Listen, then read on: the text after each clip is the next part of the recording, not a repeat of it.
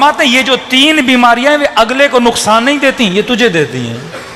एक मरतबा आप किसी की गीबत करते हो, उसका नुकसान करते हो, मसलन उसकी इज्जत को आप माशरे में खराब कर रहे हो।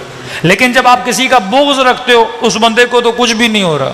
अब बंदा अली का बुग़्ज़ रखे, नुकसान अली को है या बंदे को है? बंदे को नुकसान है ना। क्यों नुकसान है? क्योंकि जितना बुग़्ज़ होगा, जिस गली से गुजरेगा अली का नाम सुनेगा, अंदर से जलेगा। होगा कि नहीं होगा? मैं मिसाल दे रहा हूं, आप एक मोमिन से बुग़्ज़ रख रहे हो। मिसाल आपका कोई रिश्तेदार है, पैसे खा गया, बेटी के साथ ज्यादती की, बेटे के साथ मसलन जुल्म किया, कोई ना कोई उसने आपका बड़ा नुकसान किया। अब आपने उसका क्या रखा? दिल में बुग़्ज़ रखा। भाई कहीं ना कहीं तो सामना होगा ना। अब आ गए इमाम हुसैन की मजलिस में, आप यहां बैठे हो, वो आके इधर बैठ गया। अब मौलाना की मजलिस भी सुन रहे हो, जैसे उसके चेहरे पे निगाह पड़ी, अंदर जैसे करंट लग गया बंदे के।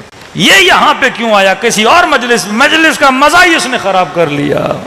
बुग़्ज़ की वजह से मासू फरमाते ये बुग़्ज़ तेरे सुकून को तबाह कर देता है। तभी फरमाए मोमिन कभी भी दिल में बुग़्ज़ नहीं पालता, नफरत नहीं पालता। और आज साबित हुआ कैंसर का सबसे बड़ा रीजन भी यही बुग़्ज़ है। क्योंकि नेगेटिव सेल जब आपकी बॉडी में रिलीज होते हैं, आपके अंदर एक मूड पैदा होता है, फाइट एंड फ्लाइट का मूड। आप बंदे की शक्ल अच्छी नहीं लग रही, बंदे पे बड़ा गुस्सा है, दिल करता है उसे मारूं पर मार नहीं पा रहे हो, और अंदर ही अंदर में बंदा कोड़ रहा है। इससे नेगेटिव सेल बॉडी में आते हैं और बंदे को कैंसर होती है। यानी खसरत दुनिया वल आखिरह।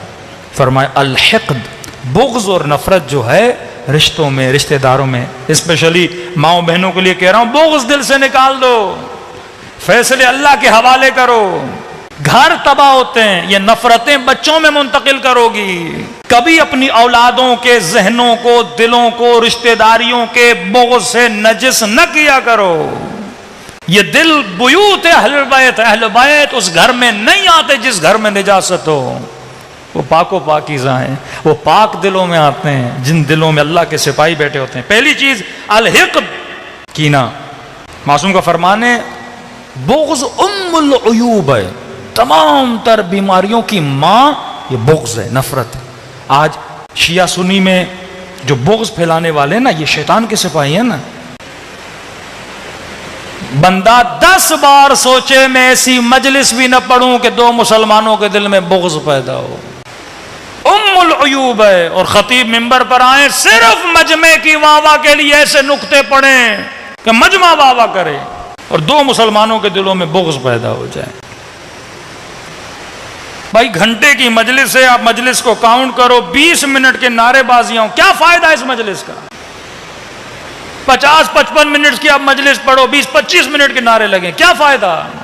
और उससे भी आप बुग़्ज़ पैदा करो, हिक़्द पैदा करो, नफरत पैदा करो। वातसिमू बिहब्लिल्लाहि जमीअ वला तफर्रकू, अल्लाह की रस्सी को थामो, तफरका न फैलाओ।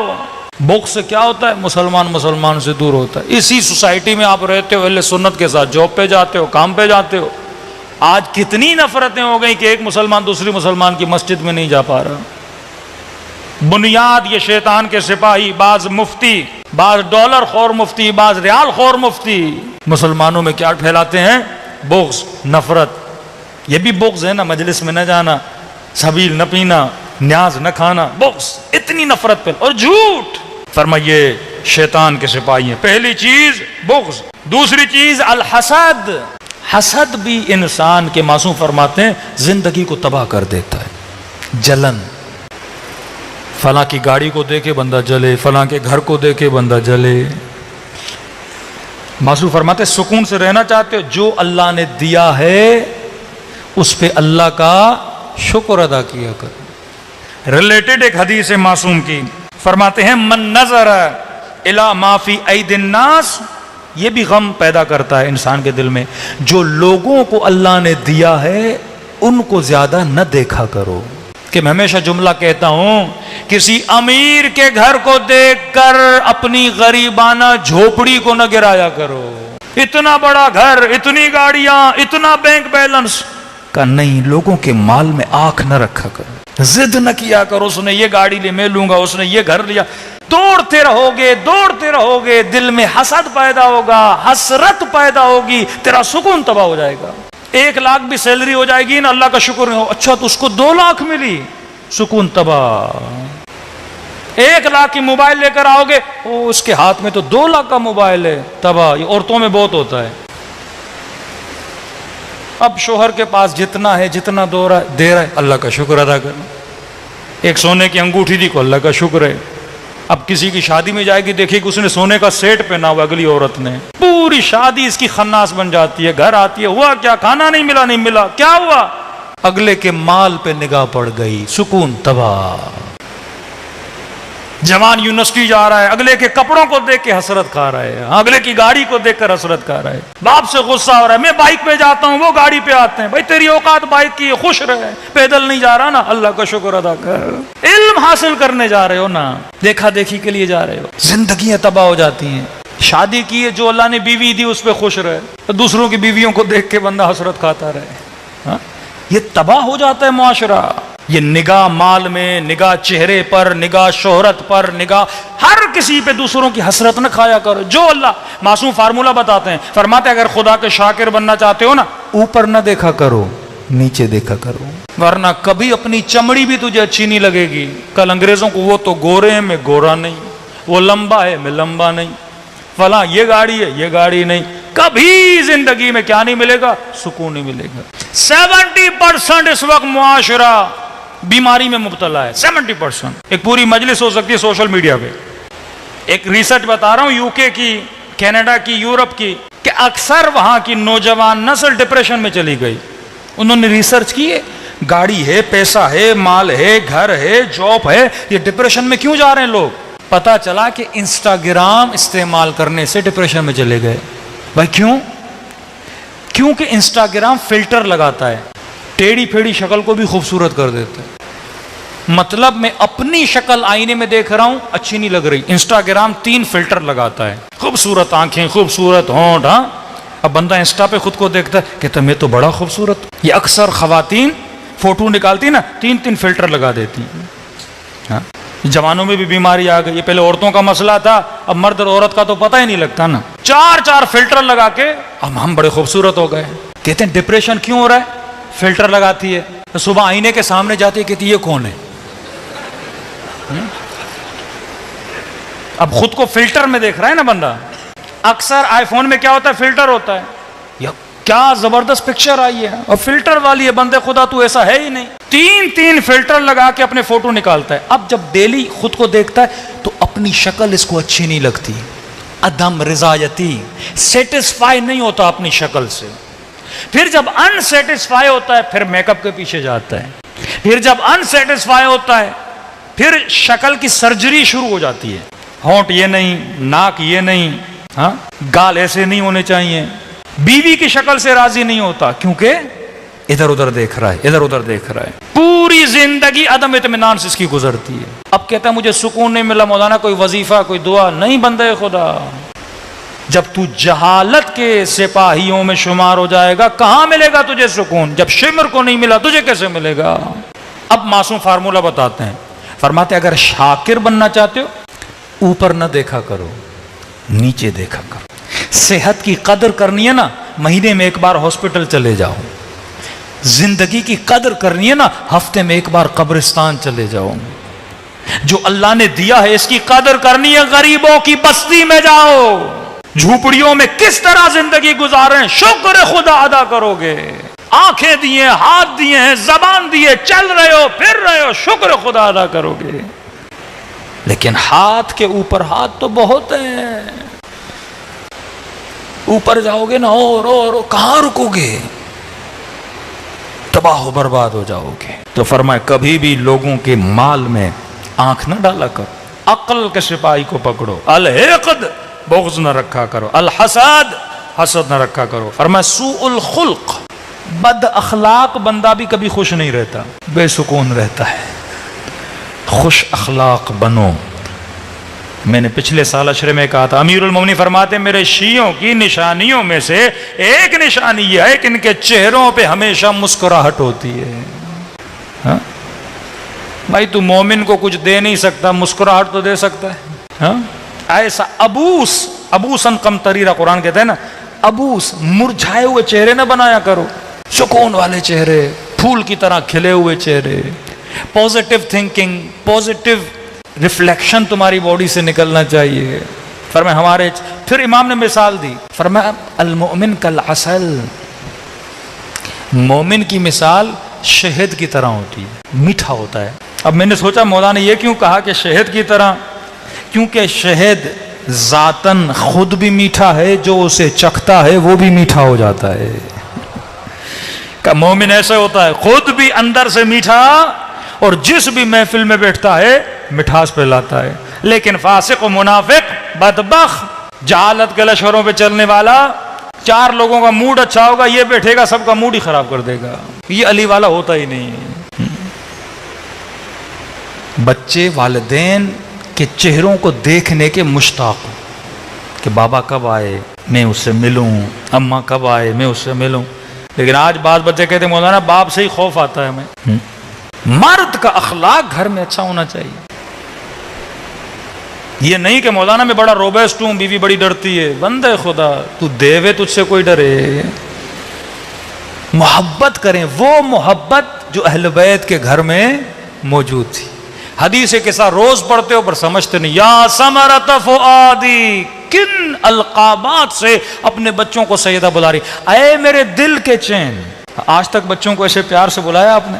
बीबी का नाम रुकैया है, लक़ब सकीना है। या सुकैना तो अभी अलकाब से बुलाते थे, अये बाबा के दिल की चैन। ज़ैनब, अये अपने बाप की जीनत। कैसे नाम रखें, प्यार भरे नाम।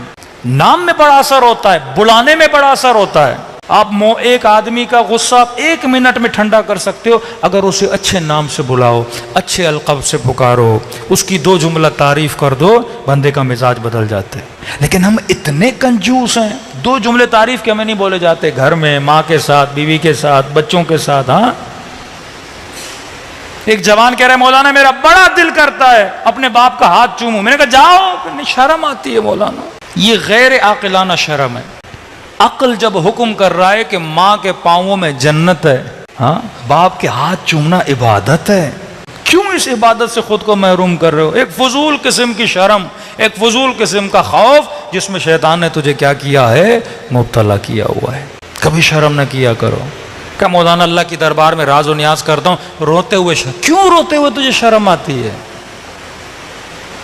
क्या लोग बैठ, कोई बात नहीं, कोई देख भी रहा है। क्यों फरमाया गमे हुसैन में रोना नहीं आ रहा, रोने जैसी शक्ल? शर्म न किया करो रोने में। कि अल्लाह की आवाज आई, मेरे हबीब पैगाम दे कि मुझे गुनहगारों के रोने की आवाज अपने मलाइकों की तस्बीह से ज्यादा पसंद है। वो खुदा तेरा आशिक है, अहले बैत हमारे आशिक हैं। जब तक इस दिमाग को, इस अक्ल को बंदा सही इस्तेमाल नहीं करेगा तब तक इंसान की ज़िंदगी आबाद नहीं होती। बस एक फरमान रब्ते मुसीबत, 2 चीज़ें और इंसान को गमगीन करती हैं। फरमा पहली चीज़ रुब्ब शहवतिन शहवतु साअतिन तुरसुल हुज़्न। मासूम फरमाते हैं कभी कभी लम्हे की शहवत इंसान को गमगीन कर देती है। छठे इमाम फरमाते हैं निगाह हराम हसरत के अलावा तेरे दिल में कुछ पैदा नहीं करती। अब ये जवानों के लिए, आप एक हसीन चेहरे को देख रहे हो, मासूम फरमाते हैं उसको देखने से क्या पैदा होगा? हसरत। बड़ी गाड़ी देख रहे हो, क्या पैदा होगा? हसरत। बैंक जा रहे हो, अरबों रुपए पड़े हुए, देखे जा रहे हो, क्या पैदा होगा? हसरत। फरमाती हसरत तुझे गमगीन बना देगी, क्योंकि देखने के बाद तू उसे हासिल करना चाहेगा, और वो हासिल नहीं होगा जिसकी वजह से क्या पैदा होगा? हसरत। का पहले ही अपनी अकल से पूछ, जिसे देख रहा है हासिल हो सकता है कि नहीं? जब अकल ने का नहीं हो सकता तो बेअकल तू देखता क्यों है?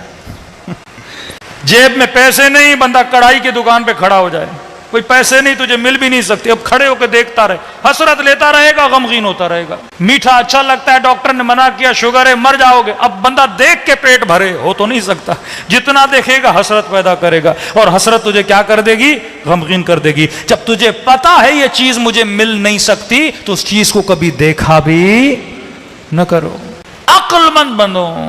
आखिरी चीज फरमाया, जब बंदा अपना हक नहीं ले सकता ना, ये भी इसके वजूद में गम पैदा करता है। एक मर्तबा कोई आपके पैसे खा गया, चलो आपने माफ कर दिया, लेकिन एक मर्तबा नहीं। कोई जबरदस्ती आपसे आपका मोबाइल छीन के जाए, आपके पैसे छीन के जाए, भले वो 100 रुपए हों, तो आपको क्या होता है? दुख होता है। अमीरुल मोमिनीन अली इब्न अबी तालिब, सलवात पढ़े मौला की शान।